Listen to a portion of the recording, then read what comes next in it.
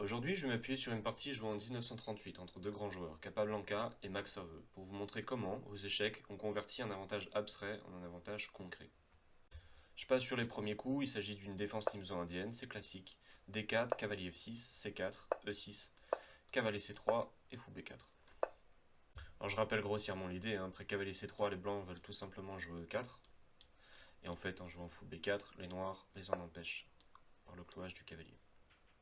En plus, sur fou b4, les noirs ont potentiellement l'idée de prendre le cavalier pour doubler les pions. C'est pourquoi Capablanca joue le coup d'MC2, qui est un coup qui aujourd'hui porte son nom d'ailleurs, avec l'idée éventuellement de, sur fou prend C3, reprendre avec la dame pour éviter de doubler les pions. Les noirs attaquent directement le centre avec D5, et ici Capablanca fait le choix de prendre le pion. Alors, il y a plusieurs façons de recapturer ce pion. Bien sûr, on peut reprendre avec le pion naturellement, c'est tout à fait jouable, mais Max Hervé décide de reprendre avec la dame. Alors l'idée c'est tout simplement de profiter que le cavalier est cloué pour avoir une dame qui rayonne au centre. Au besoin, les noirs recaptureront simplement ce cavalier. Et puis au prochain tour, ils perdront pas de temps. Ils vont dynamiter le centre avec C5. Et les blancs n'ont aucun moyen direct d'attaquer la dame. Mais on verra qu'ils peuvent tirer profit de cette position exposée dans les prochains tours. Alors bien sûr, il ne s'agit pas de ma part de discréditer cette ouverture célèbre. La Nimzo indienne a été jouée par de forts grands maîtres, mais je veux tout simplement pointer quelques inconvénients stratégiques de cette ouverture qui font que de toute façon les noirs n'égalisent pas. N'égalisent pas dans cette variante dame prend d5, bien sûr. Alors pourquoi? Alors déjà fondamentalement les noirs n'ont pas résolu le problème de la sortie de leur fou qui est emmuré derrière leur structure de pion. Ça c'est le premier point. Deuxième point, la dame, même si elle est très active, vous allez voir que les blancs peuvent en tirer profit. Et le problème concret dame prend d4, il est facilement résolu. Capablanca joue maintenant cavalier f3.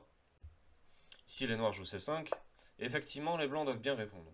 Ici, il y a plusieurs idées qui viennent à l'esprit. La première, c'est de capturer ce pion. La deuxième, c'est de le défendre. Et la troisième, c'est de faire ce coup de développement fou d2. Alors, pion prend c5 est possible. Les noirs peuvent pas recapturer avec le fou à cause de l'attaque du cavalier sur la dame. Et après dame prend, fou d2. Si les noirs continuent à se développer naturellement, roc, les blancs vont tout simplement faire a3 et donnent l'impression de gagner la paire de fous, parce que le fou ne peut pas reculer à cause de b4 qui fait fourchette. Sauf qu'après pion prend, fou prend, les noirs peuvent quand même récupérer cette paire de fous avec cavalier d5. Alors on pourrait croire que l'histoire s'arrête là, que les noirs égalisent, mais après tour C1, cavalier prend, dame prend. Si les noirs veulent pas liquider la position et jouer dame B6, même s'ils échangent le problème elle-même, E5 n'est pas jouable facilement, et les noirs n'auront pas résolu leur problème d'ouverture. Le fou sera toujours emmuré. Donc pion prend C5 est une possibilité, mais c'est pas ce que joue Capablanca ici. Alors on pourrait aussi penser à E3. Le problème de E3, c'est qu'il enterre le fou derrière la structure de pion. Même problème qu'ont les noirs dans cette partie d'ailleurs. Et après pion prend, les blancs n'ont pas de bonne réponse. Soit ils prennent du cavalier, ils arrangent pas leur fou. Soit ils prennent du pion et ils se créent un pion isolé dans une position où les noirs ont un très bon contrôle de la case des 5. Donc pas non plus une option très attrayante. Alors à la place, Capablanca joue tout simplement le coup de développement fou D2. Fou D2, il pose un problème concret aux noirs. Il réinstaure l'attaque sur la dame en D5, en protégeant le clouage, et les noirs doivent prendre une décision concrète. Soit ils rejouent leur dame et ils acceptent que fou D2 a gagné un tempo, soit ils restent cohérents avec eux-mêmes et ils échangent. Et donc, c'est ce que jouent les noirs, sauf qu'après l'échange, le bilan de la situation, c'est que non seulement les blancs ont la paire de fous, mais que ce fou il est bien placé sur la grande diagonale, et que les noirs ne peuvent pas le récupérer. S'ils jouent un coup comme cavalier E4, les blancs font pion prend C5.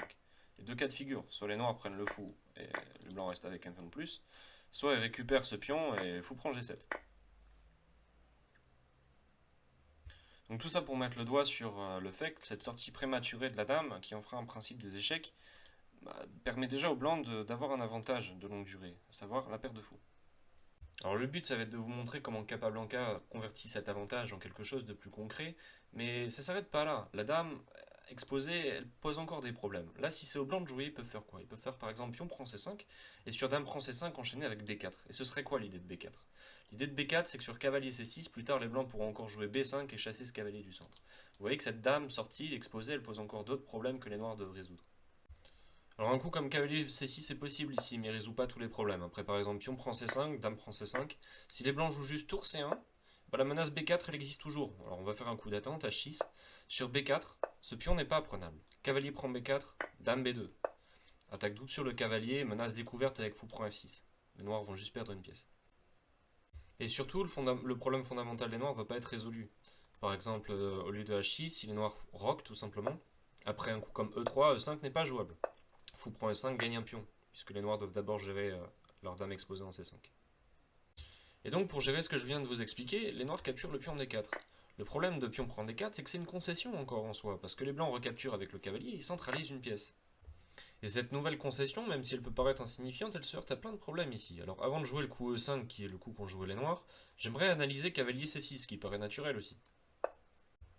Sur cavalier C6, les blancs peuvent tout simplement dire aux noirs je vais encore tirer profit de la position exposée de ta dame et roquer.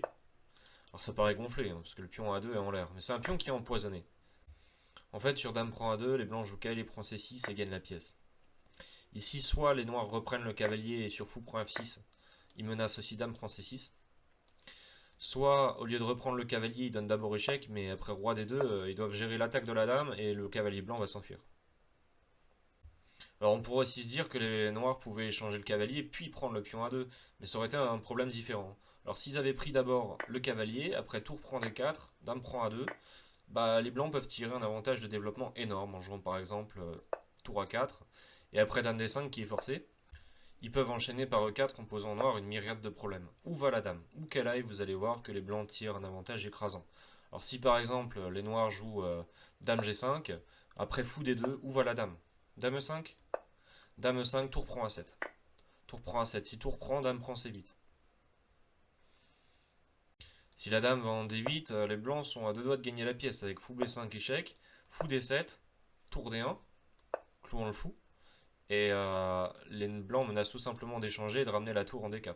Très difficile. En fait, sur fou B5 échec, roi F8 serait la seule solution. Et si à la place, les noirs vont en D6, ils se prennent E5 fourchette. Si au lieu de dame D6, ils jouent dame D7, les blancs peuvent tout simplement jouer par exemple fou B4 et empêcher les noirs de roquer. Enfin bref, dans toutes les variantes, les blancs obtiennent un avantage écrasant dû à leur avantage de développement à la base. Alors le but c'est pas de se noyer dans un océan de variantes, hein, mais c'est tout simplement de comprendre que les concessions des noirs, à savoir donner la paire de fous, ramener le fou blanc en fianchetto, ramener un cavalier au centre, bah, il résulte des complications qui tournent toutes en faveur des blancs. Et je vais appuyer sur le fait qu'il est naturel que ces concessions stratégiques résultent en des tournures tactiques en faveur des blancs. Il n'y a pas besoin d'analyser exhaustivement toutes les variantes, on pourrait faire le même travail pour E5 et vous verriez que les blancs tirent un avantage systématique de cette position. Alors ici, au lieu de cavalier C6, les noirs jouent le coup E5, quoi de plus naturel, attaque le cavalier, ouvre la diagonale du fou. Alors ici, les blancs pourraient simplement replier leur cavalier en F3, sans craindre E4 à cause de fou prend F6 qui découvre une attaque sur le fou en C8. Ils obtiendraient une partie très honnête. Mais à la place, Capablanca joue un coup encore plus ambitieux, il joue cavalier F5. Alors quelle est l'idée de ce coup? C'est que le tempo perdu est récupéré en mettant le cavalier sur une position encore plus agressive. Les noirs doivent immédiatement gérer la menace cavalier prend G7. Ils peuvent pas roquer, parce que s'ils roquent, cavalier E7, sans commentaire. Et ici, le coup antipositionnel G6 qui affaiblit toutes les cases noires mais espère quand même retirer un tempo sur le cavalier est immédiatement puni par les blancs par dame A4 échec. Si les noirs jouent fou D7, les blancs jouent dame H4. Et après fou prend F5, dame prend F6, les blancs s'infiltrent sur les cases noires. Tour F8, et les noirs ne peuvent plus roquer avec un roi noir au centre. Si les noirs jouent cavalier D7, alors tour D1, suivi de cavalier D6. Et les noirs perdent aussi. Les noirs n'ont donc pas le choix et doivent prendre le cavalier, ce qui donne aux blancs l'avantage net, dans une position ouverte, de la paire de fous contre les deux cavaliers. Alors la partie est loin d'être gagnée, on est sur des coups précis, les noirs peuvent encore égaliser. Mais les blancs vont pouvoir poser des problèmes pratiques aux noirs, et sur le long terme, s'ils ne réagissent pas correctement, l'avantage de la paire de fous sera décisif. Les noirs continuent naturellement avec cavalier C6, projettent de jouer cavalier D4, les blancs les en empêchent avec E3, ouvrent une diagonale à leur fou. Les noirs roquent, et les blancs jouent fou E2, proposant aux noirs de capturer le pion G. Donc, ça peut faire peur, on se dit que les blancs pourront obtenir des perspectives d'attaque avec tour G1 plus tard, mais concrètement, que faire ici? Parfois F3, il n'y a pas grand chose. Et après dame G6, si les blancs veulent rester cohérents et potentiellement pouvoir profiter de la colonne G, ils devraient jouer dame H3 pour conserver les dames. Sauf que les noirs investissent le centre avec cavalier E4, vont récupérer la paire de fous et un pion net de plus. Si à la place les blancs jouent dame prend G6 en se disant qu'au moins ils briseront la structure des noirs, bah, dans cette position, à part récupérer le pion, ils ne peuvent pas espérer grand chose. Et après fou prend C6, B prend C6, fou prend E5, les noirs peuvent obtenir l'égalité avec cavalier E4, compensant leur structure un peu affaiblie par le fait que les blancs ont eux aussi 3 îlots de pions. Le cavalier va appuyer la caisse D2 pour une éventuelle rentrée de la tour plus tard par tour D8, tour D2. Et les blancs n'ont pas grand chose de mieux que l'égalité ici. À la place, les noirs ont joué dame e4, qui est très intéressant aussi. Si les blancs capturent la dame, ils centralisent le cavalier des noirs, et le fou n'ayant plus de cases, les noirs vont récupérer la paire de fous. Capablanca joue donc plutôt dame f3, et maintenant sur dame prend f3, fou prend f3, les blancs menacent à nouveau, fou prend c6, b prend c6, fou prend e5. Et si les noirs répondent en jouant par exemple e4, bon, les blancs ont la possibilité de jouer fou d1 et de conserver la paire de fous avec des perspectives de prendre l'avantage. Alors à noter que même dans une position comme celle-là, même si les blancs ont un avantage certain par leur paire de fous, ils devraient quand même jouer des coups très précis. Après par exemple cavalier d5, s'ils veulent conserver la paire de fous, ils devraient même jouer fou d2. Après cavalier b4, potentiellement en voulant investir la case d3, ils devraient jouer quelque chose comme roi e2. Mais ça leur garantit un avantage certain à long terme. Ils vont pouvoir jouer fou b3, ils vont quand même pouvoir se développer. Et ici, au lieu de se développer et d'activer une de leurs tours, les noirs décident de jouer dame c2. Rejoint une de leurs pièces. Alors ça paraît astucieux parce qu'on pourrait se dire qu'après roc, les noirs peuvent jouer e4 et les blancs n'ont plus de façon de défendre leur fou en e2. Sauf que Capablanca peut encore jouer dame g3 et sur dame prend e2 jouer fou prend f6.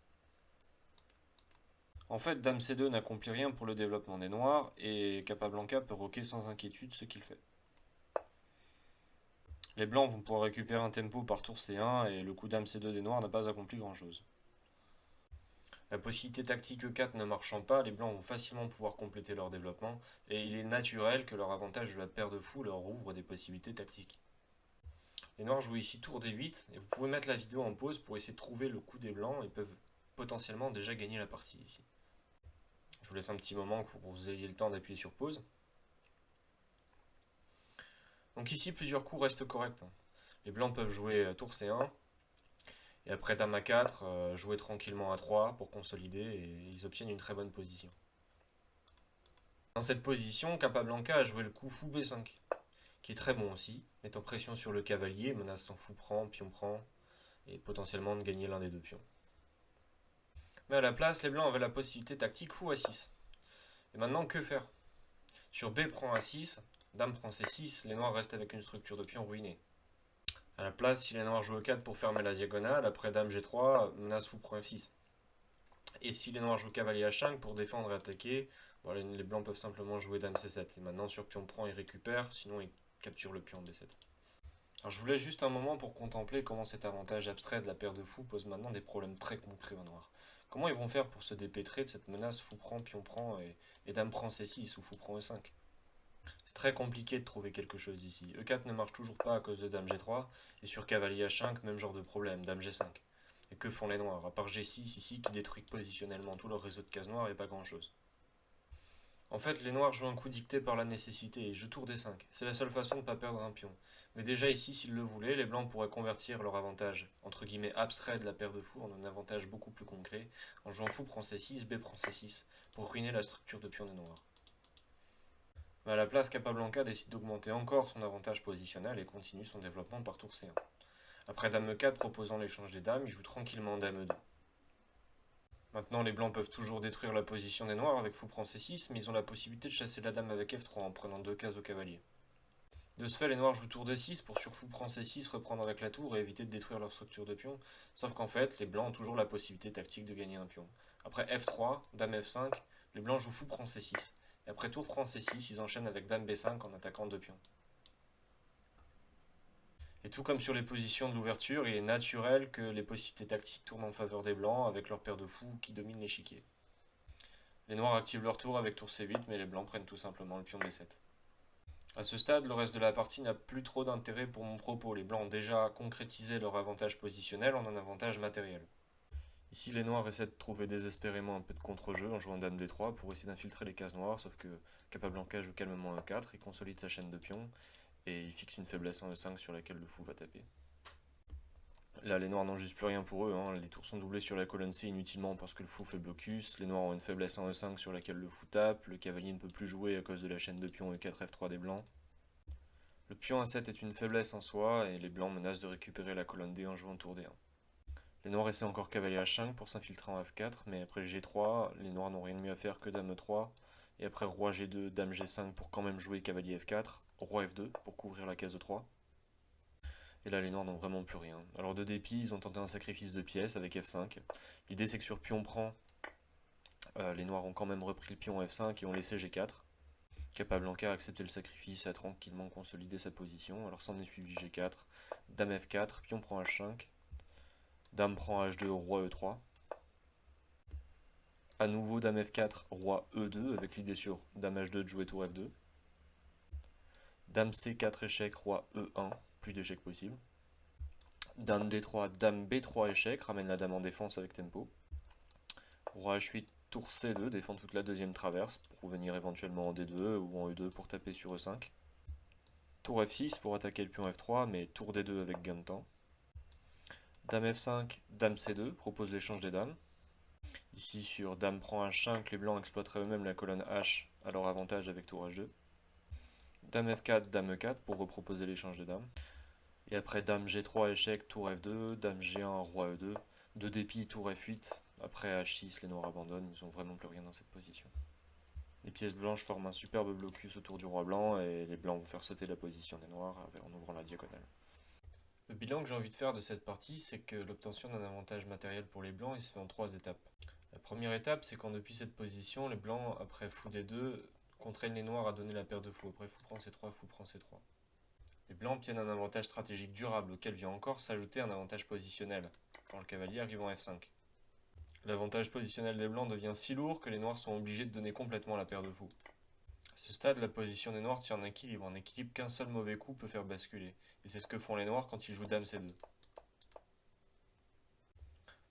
Après roc, tour D8, fou B5, l'avantage des blancs devient écrasant et il devient plus possible pour les noirs de récupérer leur position. Les blancs s'emparent simplement d'un pion, le reste n'est qu'une affaire de technique.